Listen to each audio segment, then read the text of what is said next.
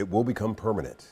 Last week, we told you about a Blue Ash family stranded in Israel, unable to return home because of the conflict between those two nations. Days later, they're still trying to make it back home to the tri-state. Allie Henner joins us live in studio with their story.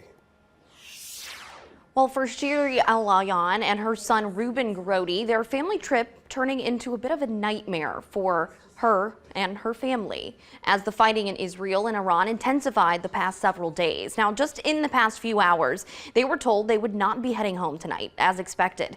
They've been traveling for more than 40 hours, just trying to make it back home to Cincinnati.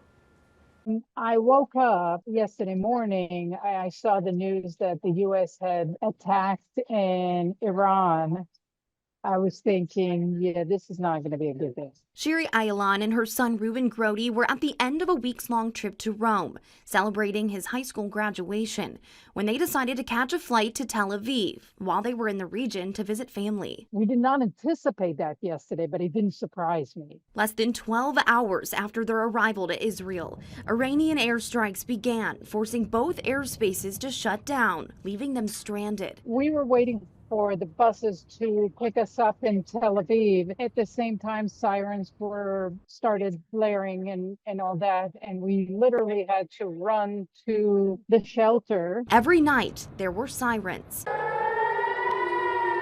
They could hear the live missiles overhead, more than 20 since the attacks began. That feeling of knowing that an attack is coming and that you only have so many minutes to get into the shelter, just a really, really scary thing. Their journey home includes a 6-hour bus ride to the Jordan border, followed by a taxi to Aqaba and 4 flights back to Cincinnati. So I'm pretty exhausted, emotionally, mentally, physically, of course. Shiri and her son are among 350 Americans, a part of a series of rescue flights from the Middle East, coordinated by the state of Florida, the Florida Department of Emergency Management, and several local nonprofits. So there are people here all the way from age 3 months to 80-some, and there are people from all over the United States, not just Jewish. Shiri says her brother and his family are displaced now due to the attacks, and she's fearful for what's to come. This has been one of the hardest times for me to leave my family, just because